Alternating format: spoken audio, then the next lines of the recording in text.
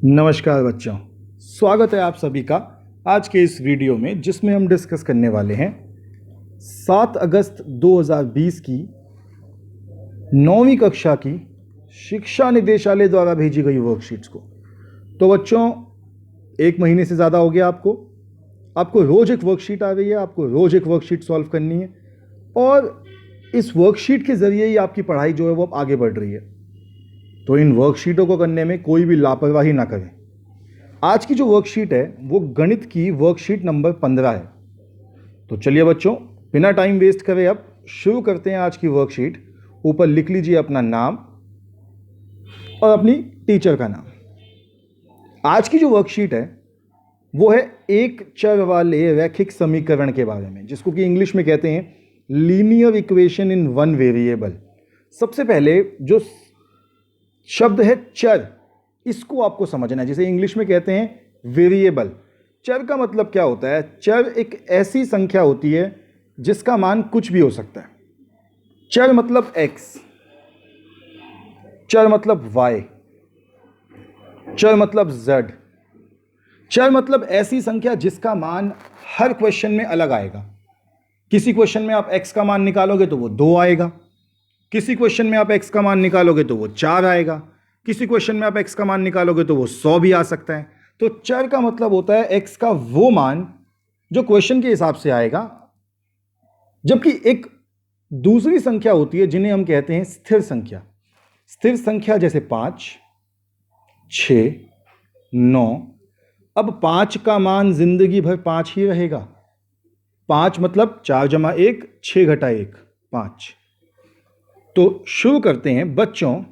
आप एक चर वाले रैखिक व्यंजकों के बारे में तो जानते ही हैं, जहां चर की अधिकतम घात 1 होती है, जैसे कि 2x जमा 1, 3y घटा 7।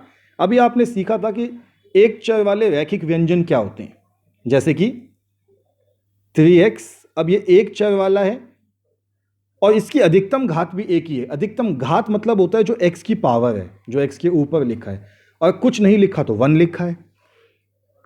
अब हम एक चर वाले रैखिक समीकरण के बारे में जानेंगे। अब जानते हैं कि एक चर वाले रैखिक समीकरण कैसे हैं, जैसे 2x - 3 बराबर 9x - 3, 6z + 10 बराबर -2 इत्यादि। मतलब ऐसे सभी चीज़ों के बारे में अब हम जानेंगे। तो चलिए आगे बढ़ते हैं। आगे बढ़ने का मतलब था कि वो पूरी जो ये ब्रैकेट आपके सामने थे, ये आधे हमें दिख रहे थे, तो इसको पूरा कर लेते हैं। तो प्रश्न है 2x - 3 बराबर 9x - 3। तो देखिए, मैं आपको एक छोटी सी ट्रिक सिखाता हूं। अगर आपको इक्वल टू का निशान दिया है और इक्वल टू के इस तरफ और इक्वल टू के इस तरफ, यानी कि बाईं तरफ और दाईं तरफ अगर एक जैसी संख्या है तो आप उसे कैंसिल कर देंगे, आप उसे काट देंगे। तो यहाँ पे ये सीधा सीधा मेरा आंसर बन जाएगा 2x बराबर 9x। फिर इसको यहाँ से सॉल्व करेंगे। शुरू करते हैं। समता ने बाईं ओर वाला व्यंजक बायां पक्ष कहलाता है। तो ये जो 2x - 3 है, ये आपका बायां पक्ष है। देखिए, इन सब में समता यानी कि इक्वल टू यानी कि बराबरी का चिन्ह प्रयोग हुआ है, जो व्यंजकों में नहीं होता। समता के दाईं ओर वाला व्यंजक दायां पक्ष कहलाता है, जैसे कि 9x - 3। तो एक साइड का जो व्यंजक है वो हो गया दायां पक्ष और दूसरी साइड का जो व्यंजक है वो हो गया बायां पक्ष। तो एक दायां पक्ष और एक बायां पक्ष। आगे बढ़ते हैं।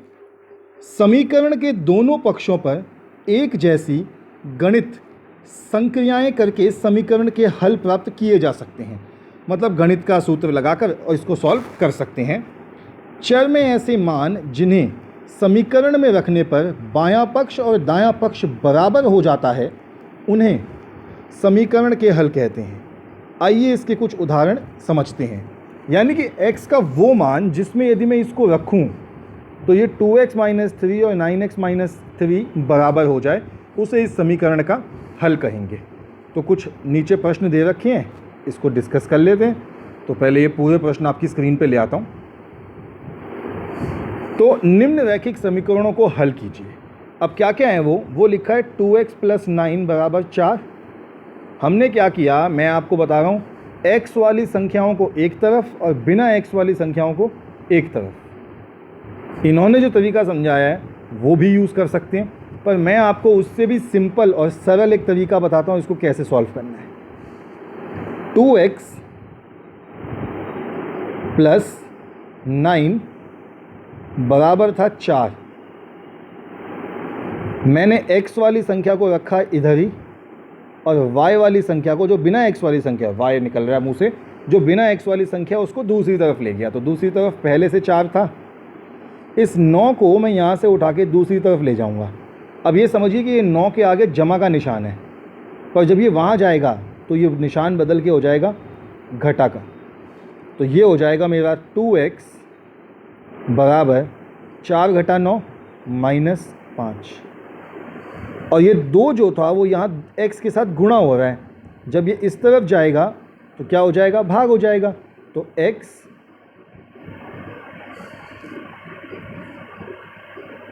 बराबर -5/2। देखिए उनका आंसर भी यही आया है वर्कशीट का। मैंने आपको एक इजी सटीक तरीका सिखाया है। बस इस तरीके में ये ध्यान रखना है कि अगर माइनस है और इक्वल टू के उस तरफ चला गया तो वो हो जाएगा प्लस, अगर प्लस है और वो इक्वल टू के उस तरफ चला गया तो वो हो जाएगा माइनस, अगर गुणा है और इक्वल टू के उस तरफ गया तो वो हो जाएगा भाग, और अगर भाग है और इक्वल टू के उस तरफ गया तो वो हो जाएगा गुणा। तो दूसरा प्रश्न है x = 5/2 बराबर -3/2। इसमें भी आपको एक ट्रिक सिखाता हूँ। इसकी भी ट्रिक वही है जो पिछले क्वेश्चन की ट्रिक थी। इस 5/2 को यहाँ से उठा के मैं इस तरफ ले जाऊँगा और x वाली संख्या यहाँ अकेली छोड़ दूँगा और बिना x वाली सारी संख्याएं उस तरफ चली जाएंगी। तो इस तब जब ऐसे सॉल्व करूँगा तो कैसे होगा, ये हो जाएगा x/3 बराबर -3/2 और 5/2 अगर उस तरफ जाएगा तो क्या हो जाएगा, -5/2।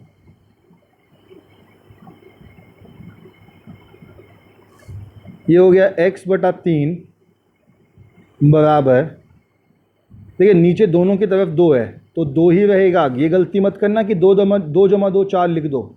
अगर दोनों के नीचे 2 है तो वो 2 ही रहेगा। और -3 - 5 यानी कि -8। इसे यहाँ पे कैंसिल करूँगा अगर, तो ये आ जाएगा 2 एकम 2 और 2 चक्कू 8। तो मेरा आ गया x/3 बराबर -4। ये 3 यहाँ भाग हो रहा है, -4/1। ये 3 यहाँ भाग हो रहा है, अगर भाग हो रहा है तो वहाँ जाके क्या होगा, गुणा होगा। तो x बराबर -4 गुणा 3। तो x कितना आ गया यहाँ पे, x आ गया -12। ये है आपका उत्तर। देखिए उनका भी यही आया, पर उनका बड़े मेथड से आया, मैंने आपको छोटा सटीक तरीका सिखा दिया। तो चलिए अब जो तरीका मैंने आपको सिखाया इस तरीके को चेक कर लेते हैं। तो आपको 4 प्रश्न दे रखे हैं सॉल्व करने के लिए। इनको देखते हैं सॉल्व करके कि कैसे इनको सॉल्व करेंगे और कुछ और ट्रिक सिखाते हैं आपको। तो पहला प्रश्न है 7x - 9 बराबर 16। तो हमने कहा जी ये जो 9 है इसको यहाँ ले जाओ, क्योंकि एक तरफ सारी x वाली संख्याएं, एक तरफ बिना x वाली। तो ये हो गया 7x बराबर 16। ये घटा 9 था तो वहाँ जाके क्या हो गया, जमा 9। और 16 जमा 9 कितना होता है, 25। तो x का मान सीधे सीधे आ गया 25/7, क्योंकि ये 7 यहाँ हो रहा था गुणा, तो यहाँ जाएगा तो क्या हो जाएगा, भाग। दूसरा प्रश्न था 5x + 9 बराबर 5 + 3x। अब देखिए दोनों तरफ x भी है और बिना x भी है, तो मैंने क्या किया, 5x को तो 5x ही लिखा, ये जो जमा 3x था इसको यहाँ से उठा के यहाँ ले आया। तो यहाँ आके क्या हो गया, ये घटा 3x। जो ये जमा 9 था इसको यहाँ से उठा के वहाँ ले गया, तो क्या हो गया, ये घटा 9। और जो ये वाला 5 था वो ऐसे का ऐसे ही रहा। अब 5 में से 3 गया तो क्या बचा 2x, और 5 में से 9 गया तो क्या बचा -4।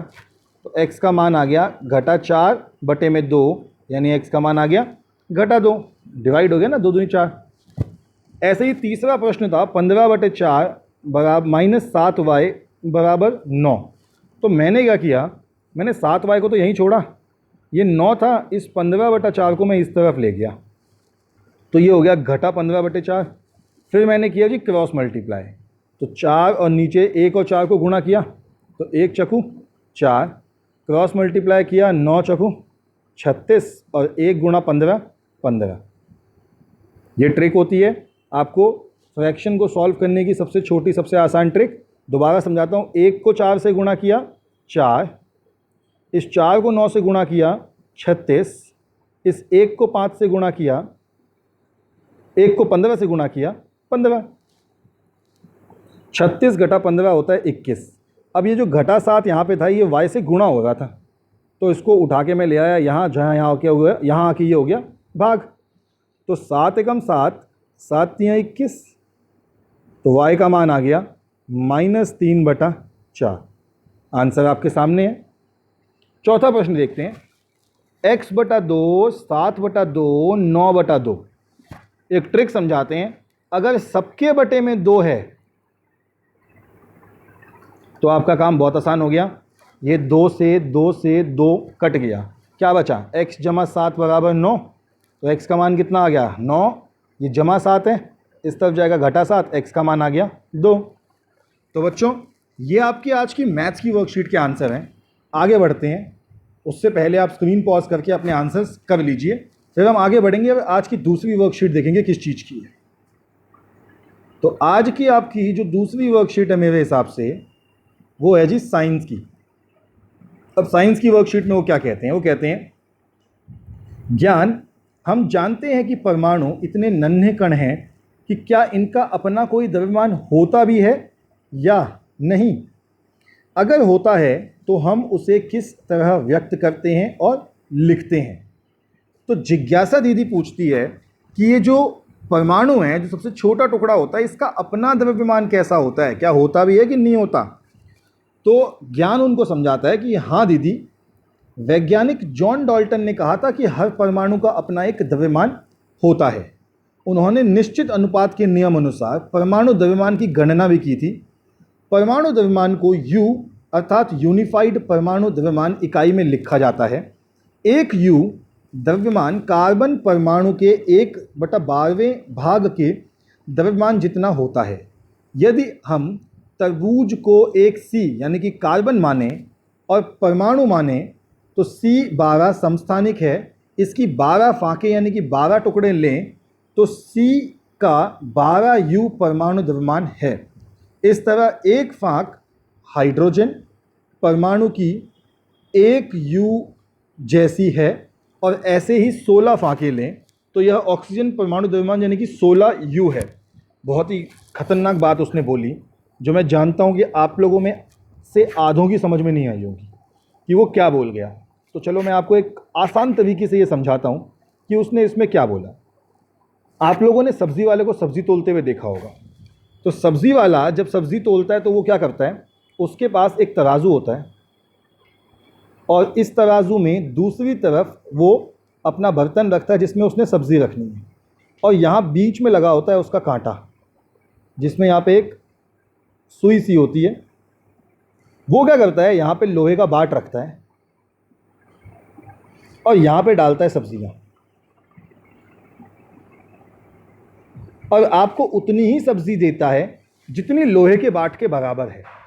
अब अगर वो 1 किलो का बाट रखेगा तो आपको सब्जी भी कितनी मिलेगी, 1 किलो।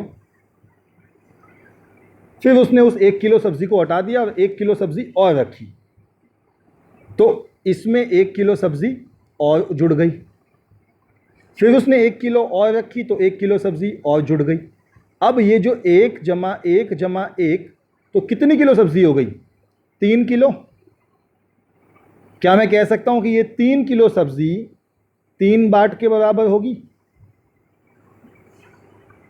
भाई या तो उसने 3 बार में वो नाप लें, या एक साथ इस एक वाट के ऊपर एक वाट और रख दे, इस वाट के ऊपर एक वाट और रख दे और फिर तोल ले, तब भी वो 3 किलो हो जाएगा।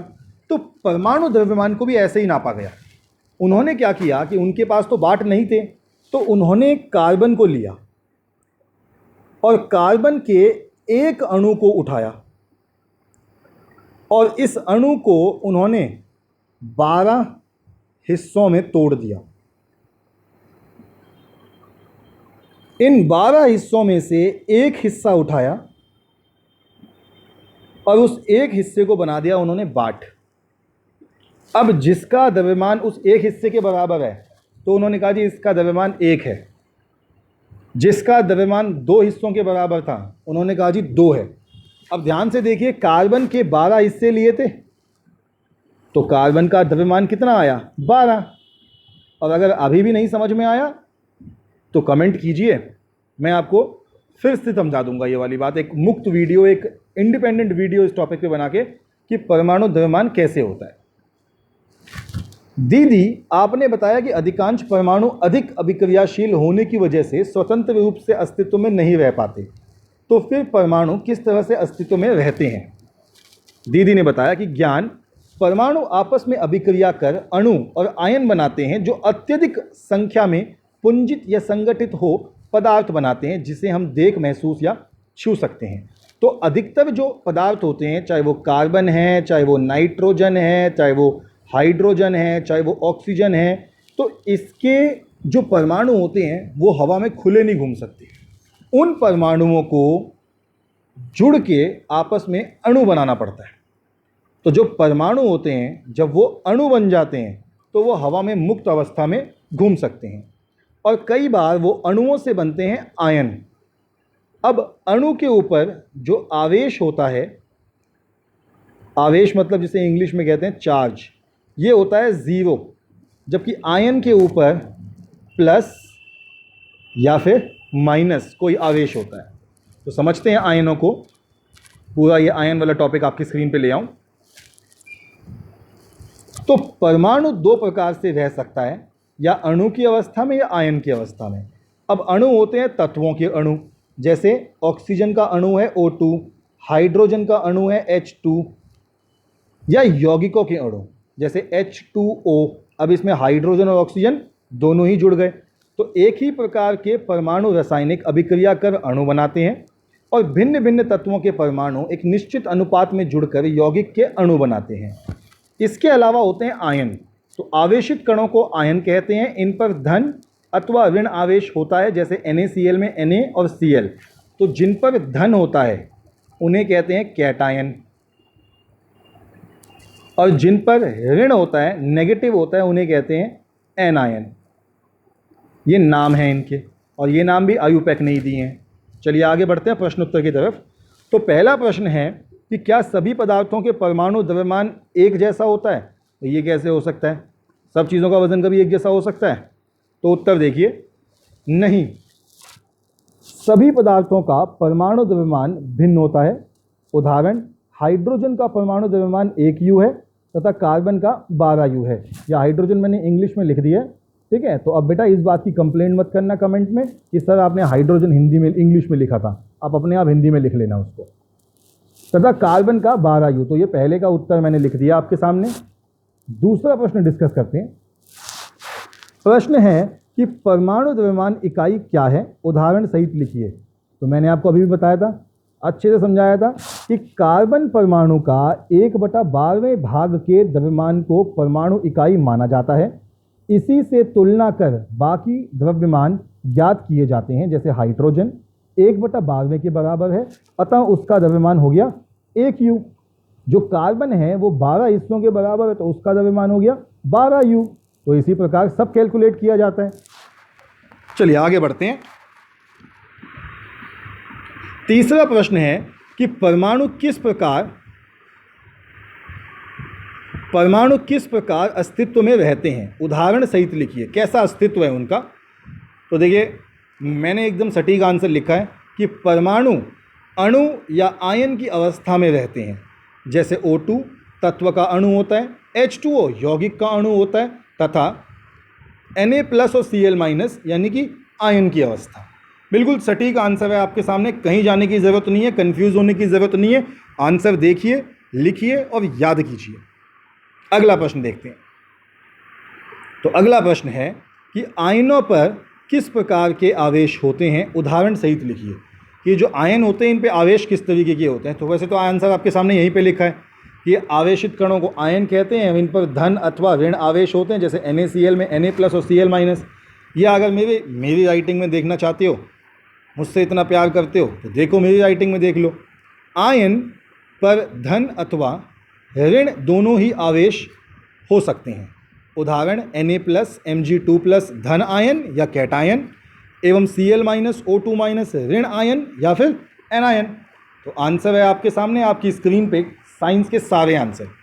बिना टाइम वेस्ट किए देखेंगे और फटाफट अपने आंसर्स को लिख के और हम आगे बढ़ेंगे। तो बच्चों, मैं ये उम्मीद कर रहा हूँ कि आपने सभी आंसर लिख लिए हैं। हम बढ़ते हैं आगे आज की अगली वर्कशीट की तरफ। उफ, एक ही दिन में 3 वर्कशीट, और तीसरा तो सब्जेक्ट भी हिंदी है। मुझे बचपन में हिंदी से बहुत डर लगता था, क्योंकि इतनी ग्रामर होती है हिंदी में, इतना सब कुछ होता है। पर चलिए शुरू करते हैं। शिक्षा निदेशालय द्वारा आपको दी गई आज की तीसरी वर्कशीट, जो कि व्याकरण की है। तो आज की वर्कशीट में वो लिखता है कि पढ़ते लिखते समय और कभी किसी से बात करते समय बच्चों आपने ध्यान दिया होगा कि कुछ ऐसे शब्द होते हैं जिनके पीछे नए नए शब्द जुड़कर उन्हें नया आकार दे देते हैं। जैसे मीठा के आगे लगाई ई तो बन गई मिठाई और मिठास। कई लोगों को मीठा सब सुन के हंसी आ रही होगी। इस तरह शब्दों के पीछे ई और आस जैसे शब्द, कई शब्द या वर्ण जुड़कर एक नए प्रकार का शब्द बनाते हैं। ऐसे जुड़ने वाले पीछे के शब्दों को प्रत्यय कहा जाता है। इनके द्वारा संज्ञा, विशेषण आदि बनाया जाता है। तो प्रत्यय क्या होता है कि शब्द के पीछे कुछ और शब्द जुड़ा और उसका मतलब ही बदल जाए। प्रत्यय 2 शब्दों से बना, प्रति जमा अय। प्रति का अर्थ साथ में लेकिन बाद में है, और अय का अर्थ चलने वाला। अतएव प्रत्यय का अर्थ है शब्दों के साथ पर बाद में चलने वाला या लगने वाला। प्रत्यय अविकारी शब्दांश है जो शब्द के बाद जोड़े जाते हैं। प्रत्यय का अपना कोई अर्थ नहीं होता, ना ही इसका कोई अलग प्रयोग होता है। उपसर्ग शब्द के पहले जोड़े जाते हैं और प्रत्यय शब्द से सदैव पूंछ की तरह पीछे। तो मैंने बचपन में एक चीज़ पढ़ी थी जिसमें उसने कहा था कि उपसर्ग है मूछ और प्रत्यय है पूछ। जैसे मूछ आगे होती है तो उपसर्ग आगे होता है, और प्रत्यय पूंछ की तरह हमेशा पीछे रहता है। तो आप याद रख सकते हैं कि उपसर्ग जो होती है वो मूछ की तरह होती है और प्रत्यय जो होती है वो पूंछ की तरह होती है। तो अगर आप ध्यान से देखें तो ऊ के ऊपर यहाँ मात्रा है और प्रत्यय में नीचे मात्रा जो पूंछ वाली है। तो ऐसे आपको याद रखेंगे इसको, ये ट्रिक है इसको याद रखने की। आगे बढ़ते हैं। तो अगला है कि प्रत्यय का भेद। तो मूलतः प्रत्यय 2 प्रकार के होते हैं, कृत प्रत्यय और तद्धित प्रत्यय। कृत प्रत्यय में प्रत्यय जो क्रिया का मूल रूप यानी धातु से जुड़े होते हैं कृत प्रत्यय कहलाते हैं। जैसे लिख और अक, लेखक, यहाँ अक कृत प्रत्यय है। तो ये क्या कहना चाहता है, मैं आपको इस इतनी बड़ा पढ़ने की जगह मैं आपको समझा देता हूँ कि वो आपको बताता है कि कृत प्रत्यय और तद्धित प्रत्यय 2 तरीके के प्रत्यय हैं, और ये शब्दों में लगकर उसके जो अर्थ को होता है वो अर्थ नहीं बदलते, लेकिन उसे एक नया शब्द बना देते हैं।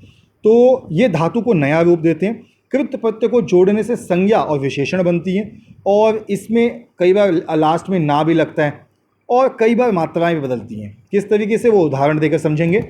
जैसे अक एवं ता प्रत्यय लगाने पर पठ, अक पाठक, और मनुष्य ता मनुष्यता शब्द बनते हैं। प्रत्यय लगने पर शब्द में संधि नहीं होती, बल्कि अंतिम वर्ण के मिलने वाले प्रत्यय के स्वर की मात्रा लग जाएगी, लेकिन व्यंजन होने पर वह पहले की तरह बना रहेगा। जैसे अब आपको समझाएंगे, सीधा एग्जाम्पल पे आते हैं। अब देखिए, लेख, यहाँ अलग अलग प्रत्यय दिए हैं। तो प्रत्यय में वो कह रहा है कि अलग अलग प्रत्यय कौन कौन से हैं। अक, लेख से लेखक, पाठ से पाठक, क्र से कारक, ग से गायक, अन पाल पालन, सहु से सहन, न से नयन, चर से चरण, अना तो घटना, घट से घटना, तुल से तुलना, वद से वंदना, और विद से वेदना, अनीय माननीय, रमणीय, दर्शनीय, पूजनीय, ये आपको छुपा दिया। आ, सूखा, भूला, जागा, पूजा, ईशा, ईशा इच्छा, भिक्षा। आई, लड़ाई, सिलाई, पढ़ाई, चढ़ाई, पढ़ाई जो आजकल हो ही नहीं पा रही है। आन, उड़ान, मिलान, दौड़ान, चौहान, नहीं चौहान लिखा नहीं है लेकिन इसके अंदर। ई, हरी, गिरी, दशरथी, माली, माला का माली, इया, छलिया, जड़िया, बढ़िया, घटिया। इत, पठित, व्यथित, फलित, पुष्पित। अब उन्होंने ये एक प्रश्न दे रखा है यहाँ पे, तो देख लेते हैं ये प्रश्न क्या है। और भी उदाहरण है वैसे। आई, पछताना से पछताई, जागना से जगाई। पंडित, पंडिताइन, ठकुराइन, पंडित से पंडिताई, ठकुराई, लड़ाई, चतुराई, चौड़ाई। सेठानी, नौकरानी, मंथानी। बहुतायन, पंचायन, अपनायन। लोहा से लोहार, सोनार, दूधार, हमने तो दूध वाला सुना है, दूधार क्या होता है। गांव से गंवार, ये तो बहुत गलत है, पर चलो क्या कर सकते हैं, प्रत्यय तो है। चिकना से चिकनाहट, घबरा से घबराहट, चिल्ला से चिल्लाहट और कड़वा से कड़वाहट। फेन से फेनिल, कूट से कूटिल, तंद्र से तेंद्रिल, जटा से जटिल, पंख से पंकिल, स्वप्र से स्वप्रिल, धूम से धूमिल। बाकी लास्ट आप अपने आप पढ़ लेना। अब वो कह रहा है ये प्रत्यय दिए हैं, इनसे नए शब्द बनाओ, आप अरे, और ये प्रत्यय वाले शब्द दे रखे हैं, इनको तोड़ के अलग लिखो। मैंने इसको सॉल्व कर लिया, वो देख लेते, क्योंकि यहाँ तो बहुत छोटा दिख भी नहीं रहा है।